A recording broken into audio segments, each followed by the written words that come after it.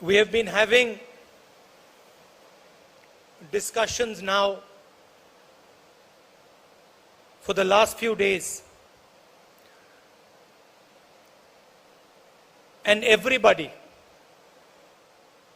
the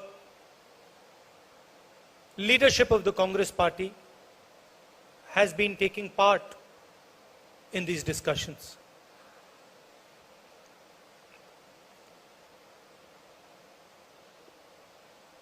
I was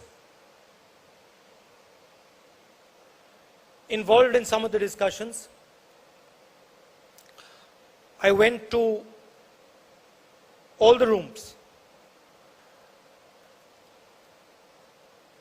And while I was listening to the discussions, all of you, and of course those discussions were held in closed rooms, so the people of our country don't know the level of conversation that was taking place, the type of conversation that was taking place, the intelligence of the conversation that was taking place, but I got to see it. And while I was watching this, I was asking myself the question, which other political party in this country would allow this type of a conversation? A conversation where the senior most leadership is bluntly told, without holding back, without any hesitation, is bluntly told what the Congress party feels. I was thinking to myself, certainly the RSS and the BJP would never allow such a thing. In fact, many of our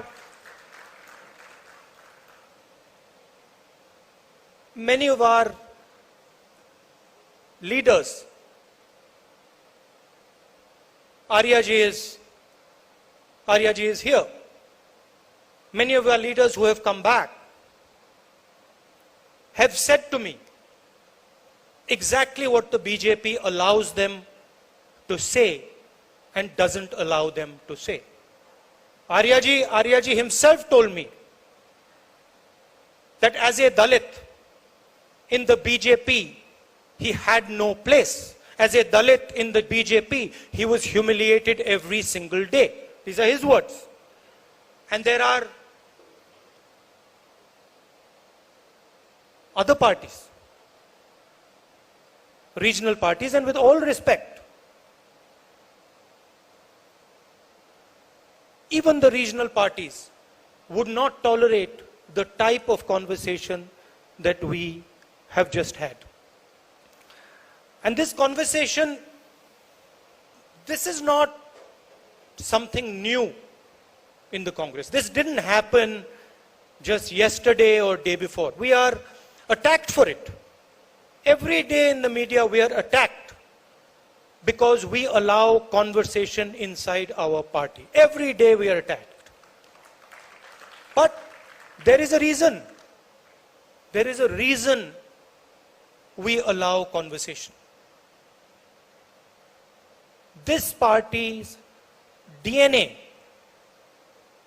is a conversation between the people of this country. Doesn't matter where they come from, doesn't matter whether they're rich, poor, what community they're from, Hindu, Muslim, Sikh, Christian, anybody. This party has always provided a platform for a conversation, a platform where people can speak without fear, without worry. And that continues to do. Unfortunately, this is not how the politics of the country is progressing. The politics of the country now does not entail a conversation. It does not entail the expression of views. It does not entail the expression of feelings. Some days back, in Parliament, I made a speech where I said, India, Bharat, is a union of states. That is the line that is written in our constitution. India is not described as a nation.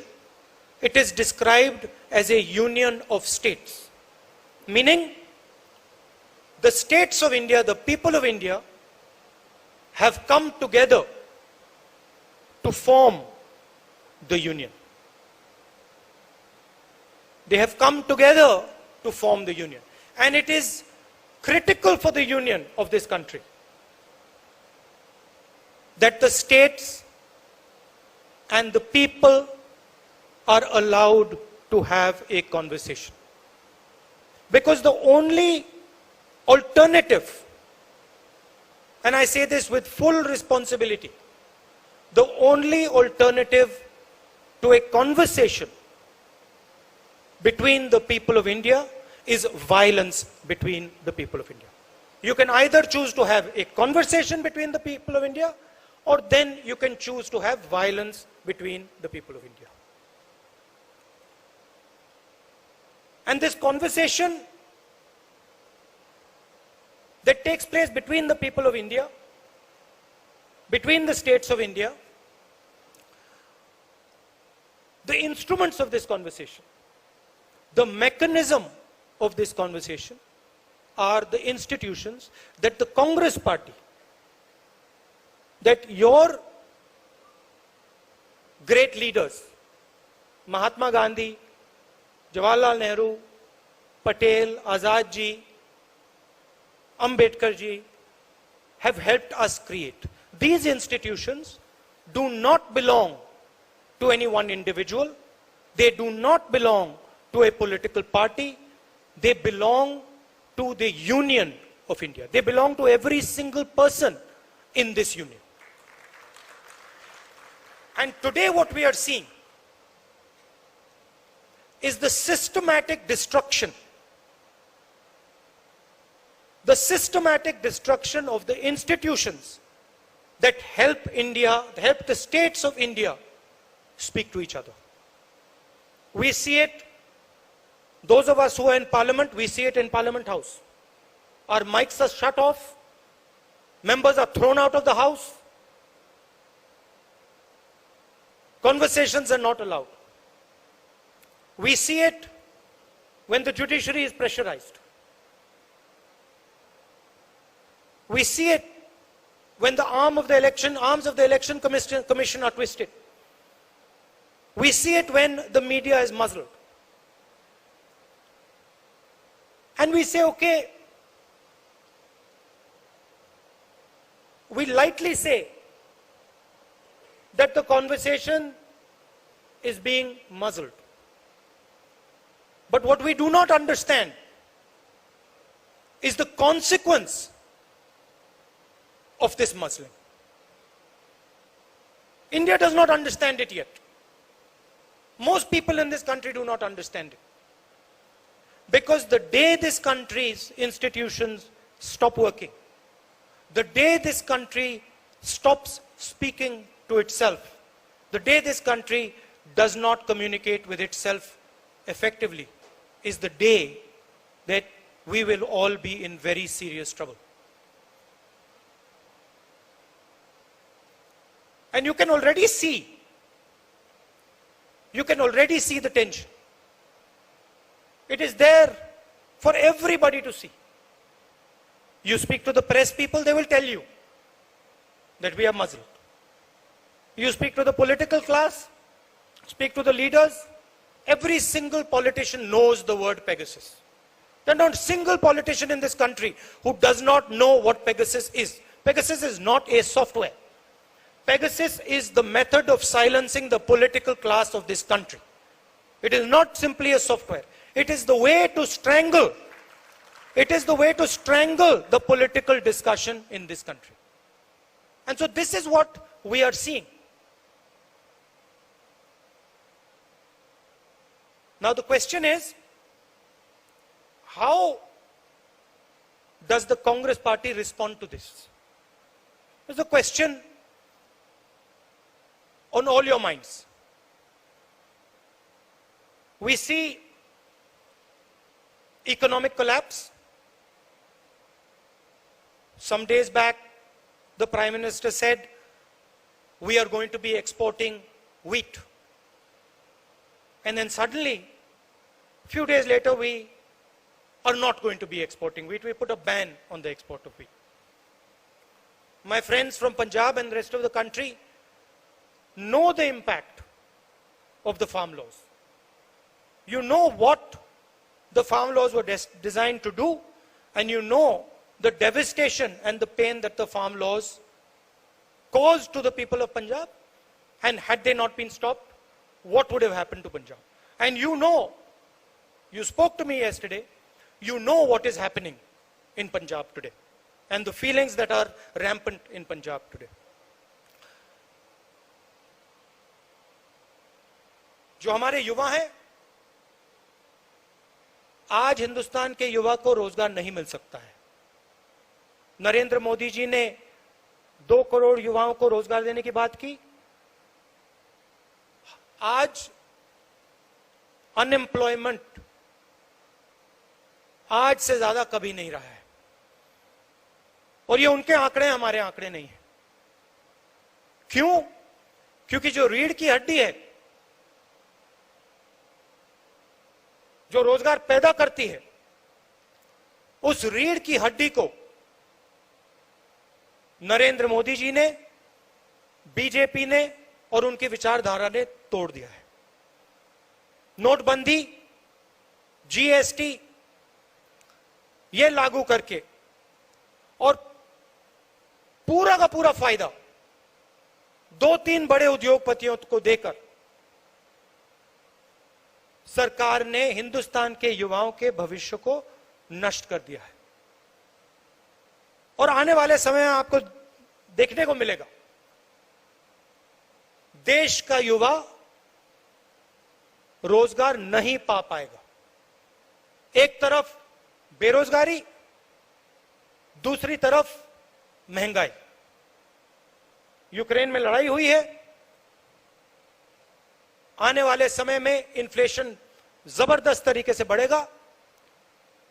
और जो हमारा, जिसको हम demographic dividend कहते थे, खतरा है कि डेमोग्राफिक डिविडेंड डेमोग्राफिक डिजास्टर में बदल जाए. इसके लिए जिम्मेदार कौन है? कांग्रेस पार्टी जिम्मेदार नहीं है, बीजेपी जिम्मेदार है, सरकार जिम्मेदार है. मगर हमारी भी एक जिम्मेदारी है. हमारी जिम्मेदारी जो विचारधारा की लड़ाई है, उसको लड़ने की है और जनता के साथ खड़े होने की है. हमारा शिकायत है, हमारा पूरा का पूरा डिस्कशन, पूरी की पूरी बातचीत हमारी अपनी इंटरनल मामले में होती है.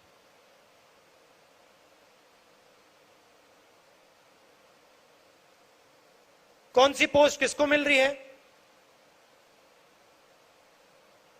इंटरनल हमारा फोकस रहता है. और आज के समय में इंटरनल फोकस से हमारा काम नहीं होने वाला है. हमारा फोकस एक्सटर्नल फोकस होना पड़ेगा. जनता की ओर हमें देखना पड़ेगा, जनता के पास हमें जाना पड़ेगा. और सिर्फ हमारे लिए नहीं, देश के लिए.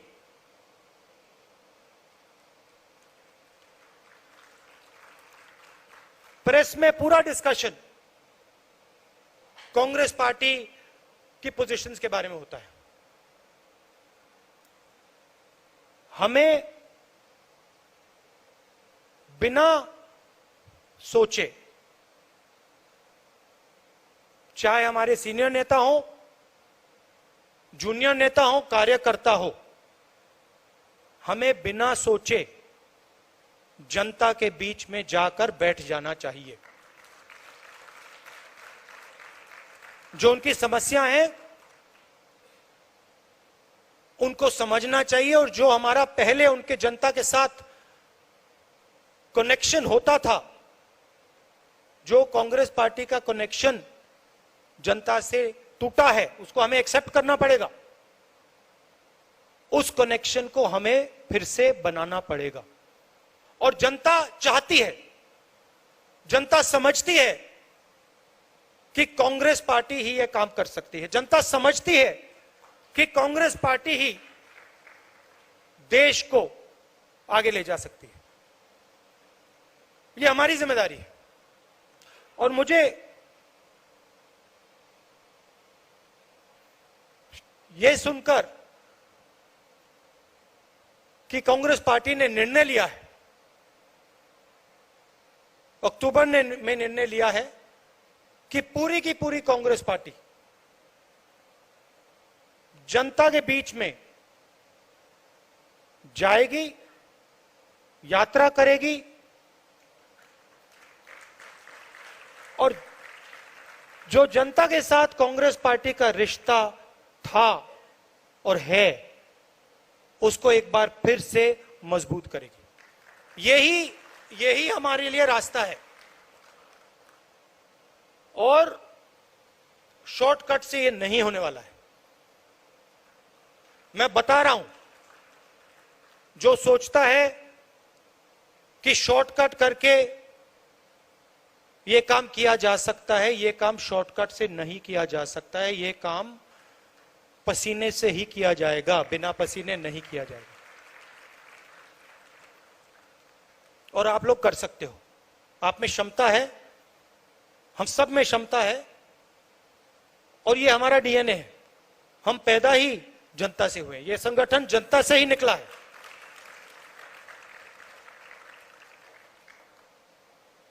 तो हमें एक बार फिर जनता के बीच में जाना है।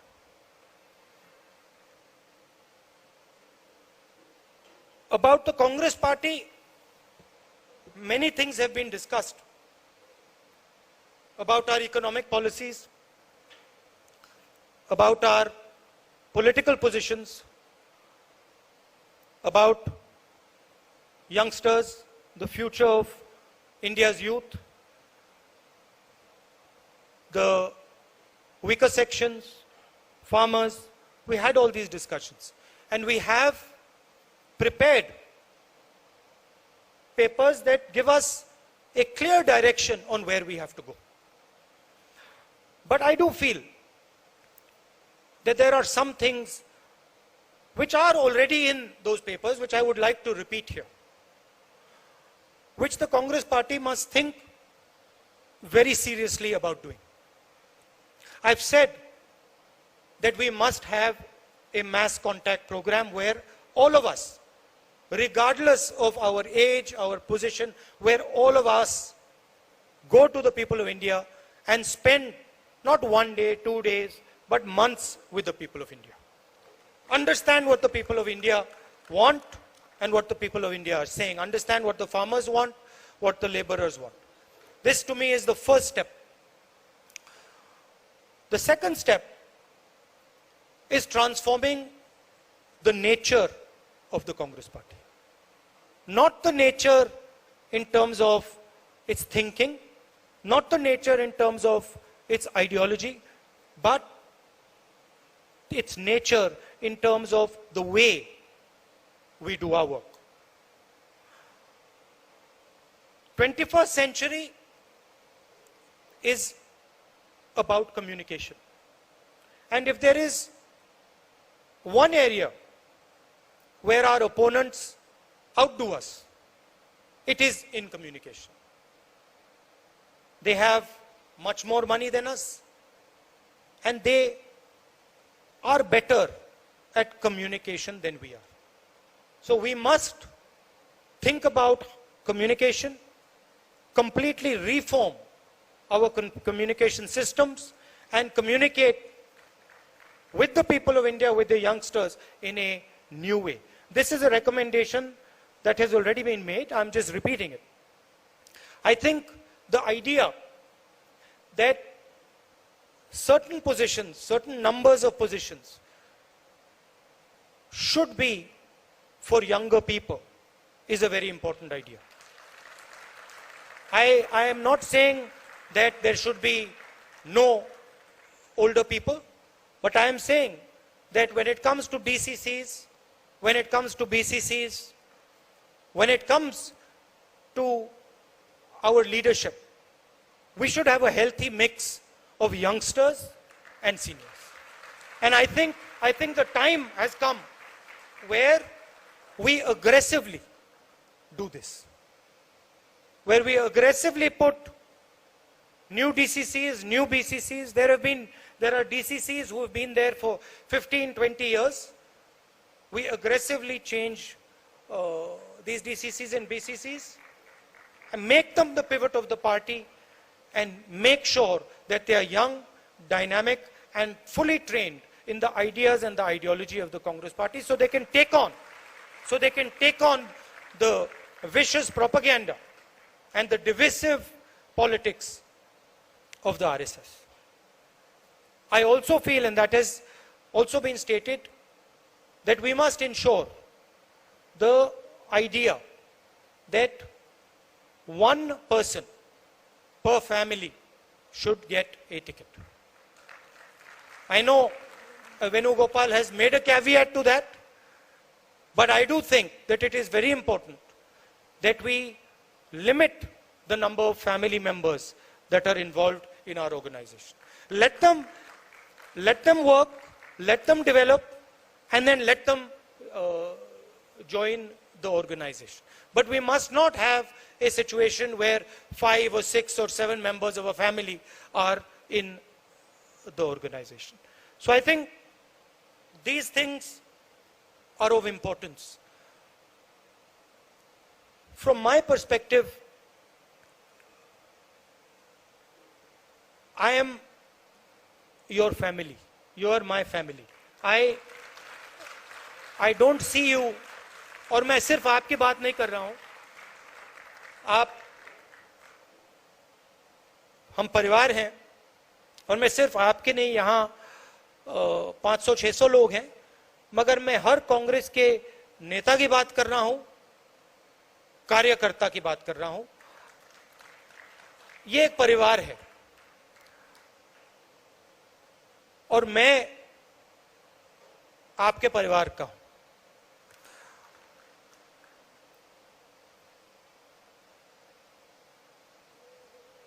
मेरी लड़ाई जो आरएसएस और बीजेपी की विचारधारा है, जो देश के सामने एक खतरा है, मेरी लड़ाई उस विचारधारा से है. जो नफरत ये लोग फैलाते हैं, हिंसा फैलाते हैं, इसके खिलाफ मैं लड़ता हूं और मैं लड़ना चाहता हूं. ये मेरे लिए, ये मेरी जिंदगी की लड़ाई है. मैं इस बात को मानने को तैयार नहीं हूं कि मेरे प्यारे देश में, हमारे प्यारे देश में इतनी नफरत, इतना क्रोध और हिंसा फैल सकती है. मैं इसको मानने के लिए तैयार ही नहीं हूं.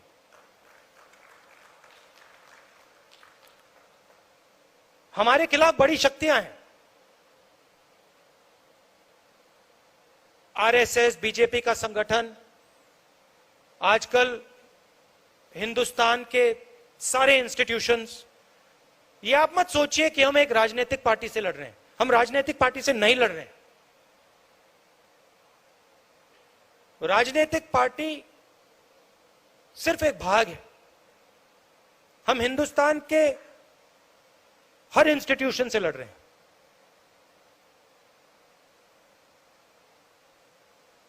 हम हिंदुस्तान के सबसे बड़े क्रोनी कैपिटलिस्ट के खिलाफ लड़ रहे हैं. सच्चाई है.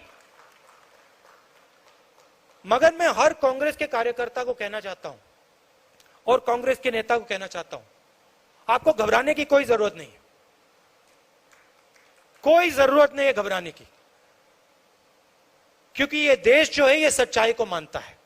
ये देश जो है ये सच्चाई का देश है और इस देश को बात समझ आ रही है। ये देश देख रहा है देश की हालत क्या है, देश को समझ आ रही है। तो मैं आपसे कहना चाहता हूं कि मैं जिंदगी भर आपके साथ खड़ा हूं और इस लड़ाई को आपके साथ मैं लड़ने जा रहा हूं।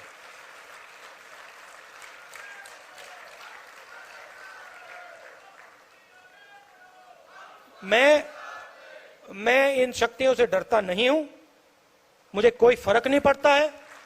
मैंने अपनी जिंदगी में कोई भ्रष्टाचार नहीं किया, 1 रुपया नहीं लिया है, मुझे कोई डर नहीं है। मैं बिना डरे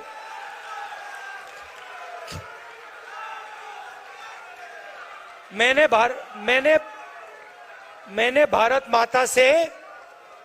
भारत माता से 1 पैसा नहीं लिया है और मैं सच्चाई बोलने से नहीं डरता हूं। मैं सच्चाई बोलने से नहीं डरता हूं। तो मैं आपको यह कहना चाहता हूं कांग्रेस के हर कार्यकर्ता से, यह लड़ाई हम सबकी लड़ाई है। इस लड़ाई में हम सब शामिल हैं। मैं आपके साथ शामिल हूं। हमारे सब सीनियर नेता हैं, कांग्रेस प्रेसिडेंट हैं। हम सब एक साथ मिलकर बीजेपी और आरएसएस के संगठन को और उनकी विचारधारा को हराकर दिखाएंगे।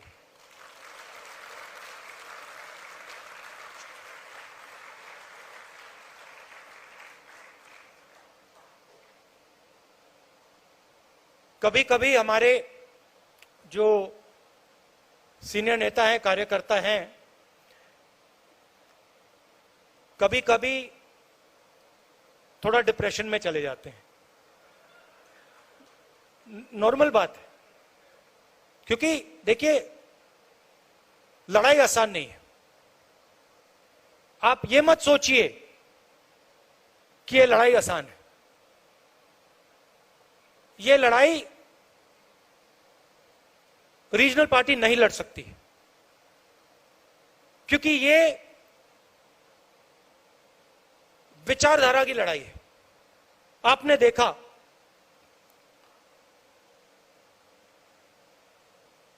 एक विचारधारा आरएसएस की विचारधारा, कांग्रेस की विचारधारा के खिलाफ लड़ रही है। बीजेपी कांग्रेस की बात करेगी, कांग्रेस के नेताओं की बात करेगी, कांग्रेस के कार्यकर्ताओं की बात करेगी, मगर रीजनल पार्टी की बात नहीं करेगी, क्योंकि वो जानते हैं कि रीजनल पार्टी जो है उनकी जगह है, मगर वो बीजेपी को नहीं हरा सकते हैं, क्योंकि उनके पास विचारधारा नहीं है। अलग अप्रोच है उनकी। हमारी एक सेंट्रलाइज्ड एक अप्रोच है और हमारी विचारधारा की लड़ाई है। तो ये आसान लड़ाई नहीं है और ये राजनीतिक लड़ाई भी नहीं है। ये देश के भविष्य की लड़ाई है और देश को बचाने की लड़ाई है। और आपको दिखेगा, अभी ये लड़ाई शुरू हुई है, आने वाले समय में आपको दिखेगा हिंदुस्तान में आग लगेगी। मैंने कोविड की बात की थी, याद रखो, मैं बता रहा हूं, जितना ये इंस्टीट्यूशंस को तोड़ेंगे, जितना ही हमारे स्टेट्स के बीच में, धर्मों के बीच में, जातों के बीच में कॉन्वर्सेशन को खत्म करेंगे, दबाएंगे, उतनी जोरों से आग लगेगी देश में। मैं साफ बोल देता हूं। और कांग्रेस पार्टी का काम उस बातचीत को, उस कॉन्वर्सेशन को फिर से शुरू करने का है। कांग्रेस पार्टी का काम हमारे जो इंस्टीट्यूशंस हैं उनको, उनकी रक्षा करने का है। यह हमारा काम है, ये कोई रीजनल पार्टी नहीं करेगी। बीजेपी नहीं करेगी, आरएसएस नहीं करेगी, कांग्रेस पार्टी ही करेगी। हमने कभी भी हिंदुस्तान के इंस्टीट्यूशंस पर आक्रमण नहीं किया। हमने कभी भी कांग्रेस पार्टी के कार्यकर्ताओं को छुपा छुपा कर हिंदुस्तान के इंस्टीट्यूशंस के अंदर नहीं डाला। आरएसएस और बीजेपी ये काम कर रही है, सिर्फ इंस्टीट्यूशंस में नहीं, हर जगह ये अपने लोग डाल रहे हैं।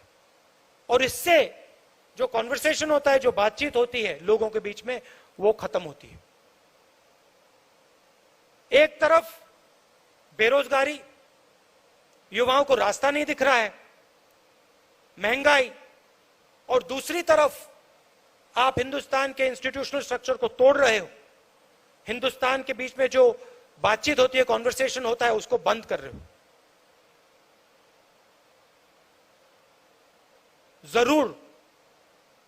जरूर आग लगेगी। और हमारी जिम्मेदारी है कि वो आग ना लगे। हमारी जिम्मेदारी है कि हम जनता के बीच में जाएं और जनता से कहें कि आपको बांटा जा रहा है, आपको तोड़ा जा रहा है, और इससे देश मजबूत नहीं होता है, इससे देश कमजोर होता है, इससे आपको हमें फायदा नहीं होगा, इससे नुकसान ही नुकसान होगा। यह हमारी जिम्मेदारी है, हमारे कार्यकर्ता की जिम्मेदारी है, हमारे नेताओं की जिम्मेदारी है, और यह काम सिर्फ कांग्रेस पार्टी के लोग कर सकते हैं, क्योंकि कांग्रेस पार्टी ही सबकी पार्टी है। इस देश में कोई ऐसी जात, कोई ऐसा धर्म, कोई ऐसा व्यक्ति नहीं है जो कह सकता है कि कांग्रेस पार्टी ने अपने दरवाजे मेरे लिए बंद कर दिए। कोई है ही नहीं इस देश में।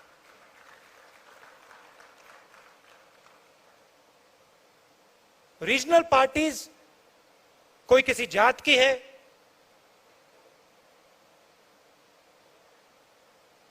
वो सब की नहीं है। यही एक पार्टी है जो पूरे देश की पार्टी है। तो मैं आपको यह कहना चाहता था कि घबराने की कोई जरूरत नहीं। हम सड़क पे उतरेंगे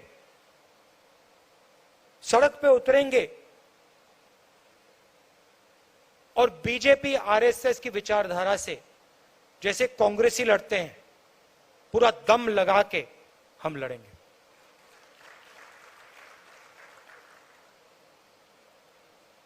All of you came here and showed us the way forward. You gave us a direction. Leaders, senior leaders showed us, told us where we should go. And I think there is a lot of clarity in terms of where the Congress party has to go in terms of policy, in terms of thinking, what our positions should be, what our political positions should be. I think there is tremendous clarity that has come out of this discussion. In fact, you yourselves have told me that there is a lot of clarity that has come out of this discussion. I think that these discussions are very useful. And I think we should have these discussions much more often, much more systematically. It allows the Congress party to come together. It allows us to feel like a family. It allows us to talk to each other. And I think it helps us move forward in a strong and dynamic way. So I'd like to thank all of you for coming here today. Namaskar. Jai Hind.